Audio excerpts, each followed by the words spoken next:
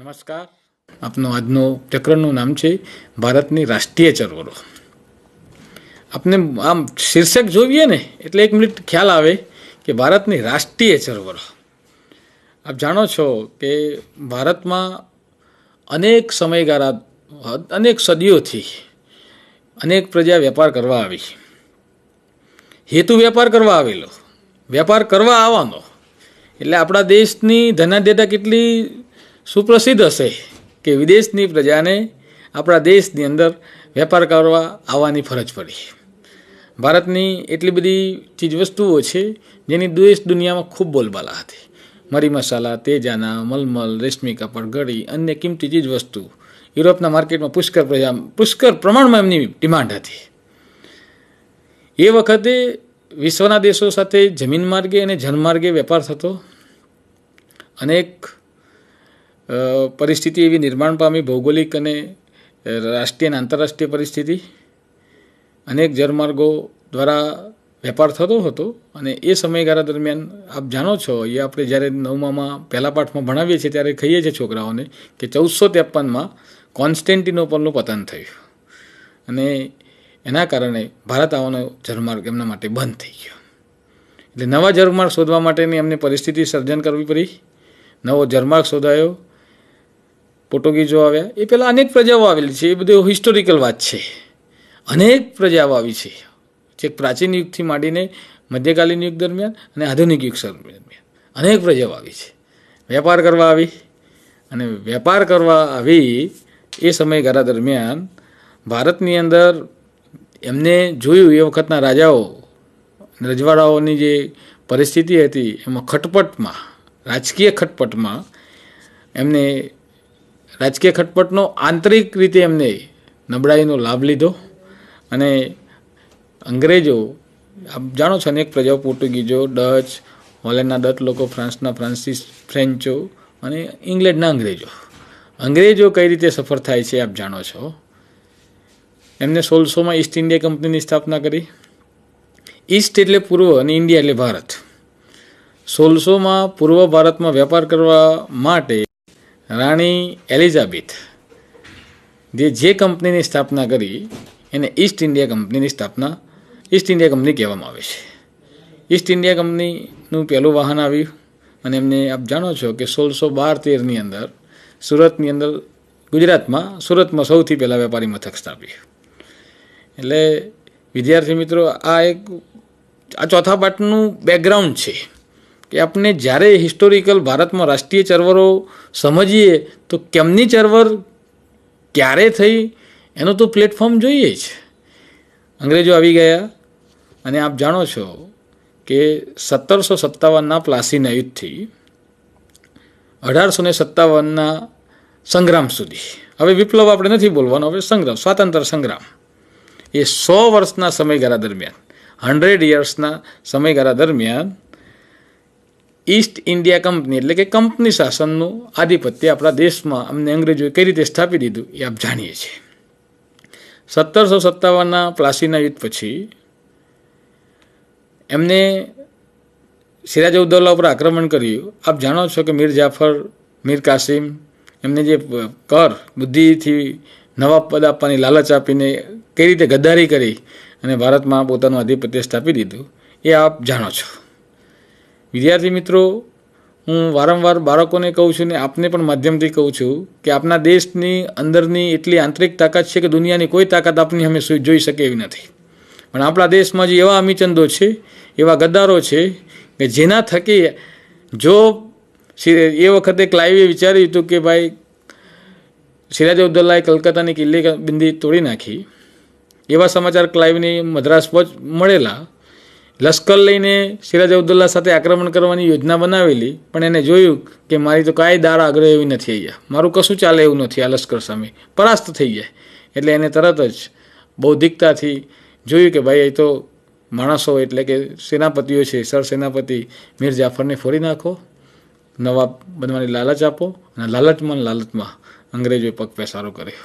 અને આપ જાણો છો કે આપણા દેશમાંથી કેટલું આર્થિક દ્રવ્ય અંગ્રેજો અહીંથી લઈ ગયા.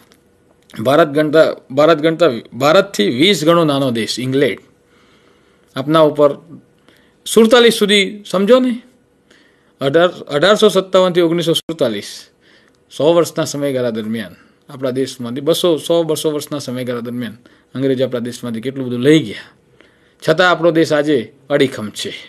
અને એનું કારણ શું છે? આપણી અસ્મિતા અને આપણી સંસ્કૃતિ છે. એટલે મિત્રો, આપણે આ સમજવાનું છે.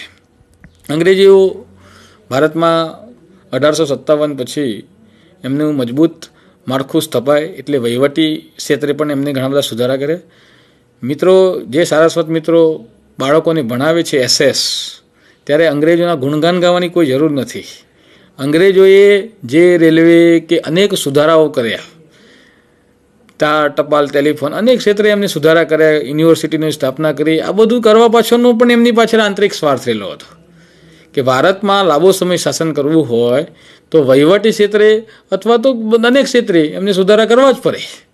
ભલે ને એમને 1853માં રેલવેની શરૂઆત, અને કદાચ એવું પણ માનવાનું કોઈ શક્ય નથી કે 1853માં રેલવેની શરૂઆત થઈ મુંબઈ થાણા વચ્ચે 34 કિલોમીટરમાં, કદાચ અંગ્રેજો ના આવ્યા હોત તો ના થાત. આપણા દેશમાં ઘણું બધું થઈ શકે એવી અસ્મિતા છે, આપણી પ્રજામાં ખૂબ આવડત પડેલી છે. અને એ તો આપ જોઈ શકો છો, વિદેશમાં નાસામાં 30% ભારતીયો છે. અને આ બધી ઓપોર્ચ્યુનિટી આપણી ભારતની સંસ્કૃતિમાં અને ભારતની જમીનમાં, ભારતના સાંસ્કૃતિક વારસામાં પડેલી છે. એટલે આ હિસ્ટ્રી સાથે જ્યારે આપણે ભણાવતા હોઈએ ત્યારે એને બાળકોને સાચો હિસ્ટ્રી કહેવાની ખૂબ જરૂર છે. આપનો જે દેશની અસ્મિતા જોરદાર હોય એ દેશનો ઇતિહાસ પણ કેટલો જોરદાર હોય. આ દેશમાં નાલંદા, તક્ષશિલા અને વલભી ને ભોજપુરી જેવી વિદ્યાપીઠો હોય, અને એ વિદ્યાપીઠોમાં દેશ દુનિયાના ભણવા આવતા હતા. આજે આપણે વિદેશ જવું પડે છે. એવી તો શું પોલિસી બદલાવી છે ખ્યાલ નથી આવતો. એટલે રાષ્ટ્રવાદની ભાવના, હું મારા છોકરાઓને રોજ કહું છું કે રાષ્ટ્ર ફર્સ્ટ, દેશ પ્રથમ. દેશથી આપની મારી ઓળખ શું? હું ભારતીય છું તો મારી ઓળખ મારો દેશ છે, અને દેશને વફાદાર રહેવું એ મારી નૈતિક ફરજ છે. અભ્યાસ પણ સારો કરાવવો જોઈએ. દરેક પોતપોતાના ભાગમાં આવતું જો સારામાં સારું કાર્ય કરે તો દેશમાં ચોક્કસ હિસ્ટોરિકલ બાદ હોય કે મેથેમેટિક હોય કે સાયન્સ હોય કે હિન્દી હોય, કોઈ પણ સબ્જેક્ટ હોય, ચોક્કસ કામ થઈ શકે. અને એ સાચું શિક્ષણ છે, અને મૂલ્ય શિક્ષણ છે. દેશ સાથે કોઈ કોમ્પ્રોમાઇઝ નહીં. અને એ શિક્ષણ હિસ્ટ્રી સાથે આપણે જેટલા રાજ્યના જે ટીચરો છે એમને મારી ખૂબ વિનંતી છે. અંગ્રેજોએ જે સ્થાપેલું જે વહીવટી માળખું છે, એ વહીવટી માળખા દ્વારા દેશમાં સમાન કાયદા, સમાન વહીવટ, બ્રિટિશ પ્રણાલિકા અનુસાર ન્યાયતંત્ર અમલમાં આવ્યું. એમને દેશમાં, એ તો પોતે અંગ્રેજ હતા પણ દેશમાં નાગરિકો તો ભારતીય હતા ને, એટલે સમાન વહીવટ ના સ્થાપે, અંગ્રેજી જાણનારો વર્ગ ના ઊભો થાય તો એમનો વહીવટ કેમ ન કરવો? અને એના માટે એમને આ પોલિસી ઊભી કરેલી ભાઈ. અને એ આપણે ખાસ બાળકોને કહેવાની જરૂર છે. આમ છતાં ભારતમાં રહેનારા અંગ્રેજોએ ઇંગ્લેન્ડને વધુ લાભ થાય એવા કાયદાઓ, વહીવટી વ્યવસ્થાની સ્થાપના કરી.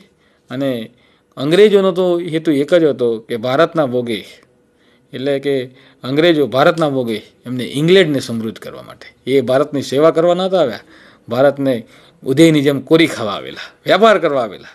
અને વેપારી કોઈને છોડે નહીં. વેપારીનો મુખ્ય હેતુ કમાવાનો જ હોય. અને ભારતમાંથી ઘણું બધું પુષ્કળ પ્રમાણમાં લઈ ગયા. મને ખબર છે કે હિસ્ટોરિકલ અહીંયા મધ્યપ્રદેશની અંદર પન્નાની જે ખાણ છે એમાંથી સોનું નીકળતો, કશું બાકી નથી રાખ્યું, એટલું ખોતરીને લઈ ગયા. છતાંય આપણો દેશ તો આજે એજ ઇટ ઇઝ છે. આજે સૌથી વધુ સોનું આપણા દેશમાં પહેરાય છે, અને એ આપણા દેશની મહત્તા છે. અને આપણા દેશની પ્રજાની લાગણી અને માગણી હંમેશા વિશ્વ બંધુત્વની ભાવના સાથે જોડાયેલી છે. અને આપણા દેશને તમે અને હું જ એ બાબતે પ્રજામાં આ સંદેશ આપી શકીશું. આપ જાણો છો કે 15 તારીખે આપનો સ્વતંત્ર દિવસ છે, અને આ દિવસમાં એક રાષ્ટ્રવાદની ભાવના આવી જોઈએ, જનજનમાં ભાવના આવી જોઈએ કે મારો રાષ્ટ્ર.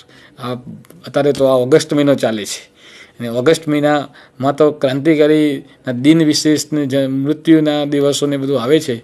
ત્યારે હું રોજ બાળકોને મારી સ્કૂલમાં વાત કરું છું.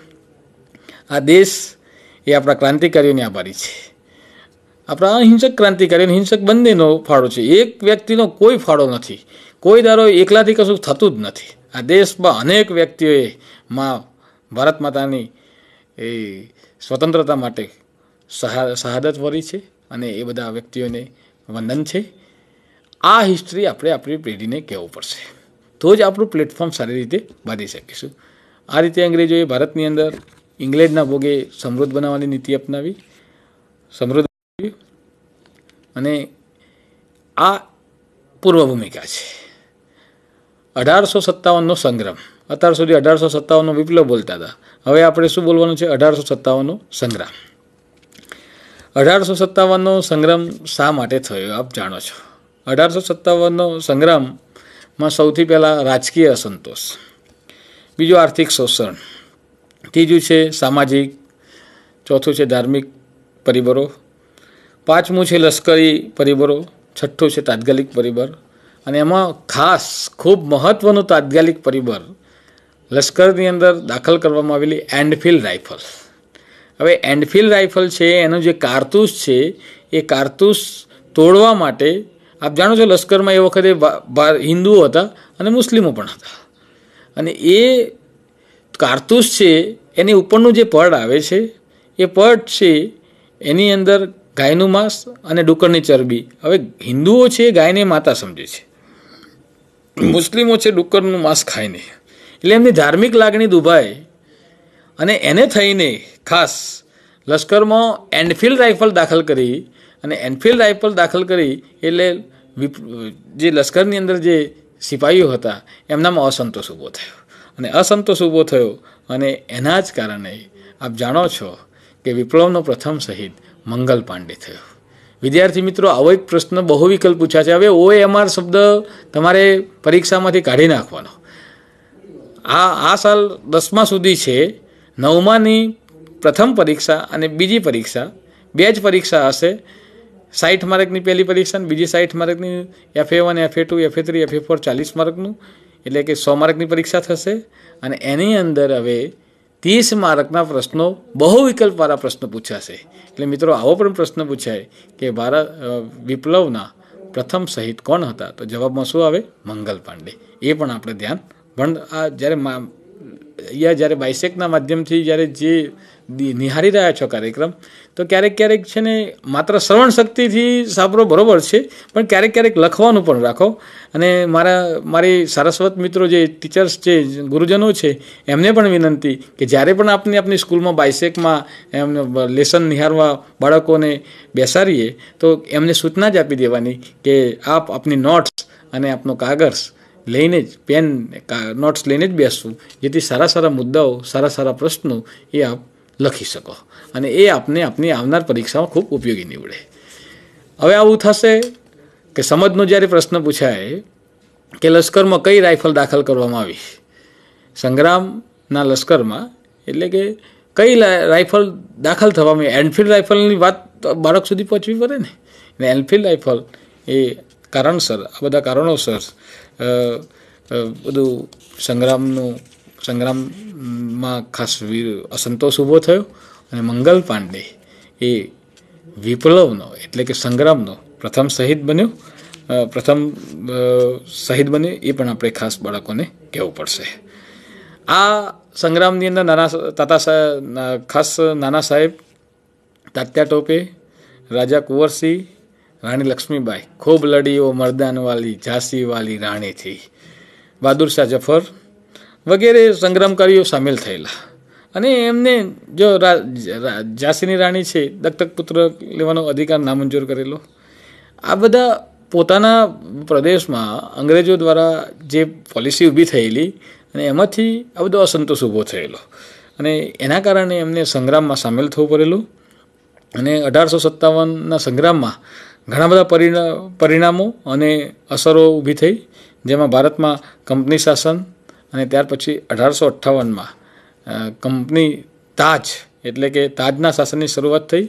એ જ સમયગાળા દરમિયાન રાણી વિક્ટોરિયાએ ઢંઢેરો બહાર પાડ્યો, અને વહીવટી, સામાજિક, ધાર્મિક જે નીતિ છે એમાં ધીમે ધીમે પરિવર્તન આવ્યું. 1857, આ પ્રશ્ન ખૂબ પરીક્ષામાં પૂછાય છે. હું છોકરાઓને રોજ કહું છું કે 1857નો વિપ્લવ કેમ નિષ્ફળ ગયો? આ 2 માર્કનો પ્રશ્ન આવે જ. 1857નો વિપ્લવ નિષ્ફળ જવાના 3-4 જ મુદ્દા છે. વિશેષ કશું લખવાનું નથી, મુદ્દાસર જ લખવાનું છે કે 1857નો વિપ્લવ નિર્ધારિત તારીખ પહેલાં શરૂ થઈ ગયો. આ પહેલું વાક્ય આવવું જોઈએ. 1857નો નિષ્ફળ ક્યાં 1857નો સંગ્રામ કેમ નિષ્ફળ ગયો? તો નિર્ધારિત તારીખ પહેલાં શરૂ થઈ ગયો. આ પહેલો મુદ્દો. બીજું, કેન્દ્રીય નેતાગીરીની ઉણપ હતી. એટલે કે જે સેન્ટ્રલ લેવલે સંઘ લેવલે જે નેતૃત્વ મળવું જોઈએ એ મળી શક્યું નહીં. બીજું, જે સંગ્રામકારીઓ હતા એમની પાસે અપૂરતા શસ્ત્રો હતા અને જૂના શસ્ત્રો હતા. જ્યારે કંપની શાસનના માણસો હતા એમની પાસે આધુનિક શસ્ત્રો હતા. હવે આધુનિક શસ્ત્રો સામે જૂના શસ્ત્રો છે એ બરાબર ફાઇટ આપી શકે નહીં. બીજું, સંગ્રામકારીઓની રાષ્ટ્રીય ભાવના કરતાં પોતાની અંગત સ્વાર્થને વધારે પ્રાધાન્ય આપ્યું. એટલે પ્રાદેશિક ભાવના વ્યાપક હતી, રાષ્ટ્રીય ભાવના ગૌણ હતી. આ એક ખૂબ મહત્ત્વનો મુદ્દો છે. અને યોગ્ય અને સંગઠિત નેતૃત્વનો અભાવ હતો. એટલે કે જે કોર્ડિનેશન થવું જોઈએ એ પૂરતા પ્રમાણમાં થઈ શક્યું ન હતું. આ બધા કારણોસર 1857નો સંગ્રામ નિષ્ફળ ગયો. બસ 4 મુદ્દા છે, 4 થી 5 મુદ્દા. 2 માર્ક તમારા ઇઝીલી આવી જાય.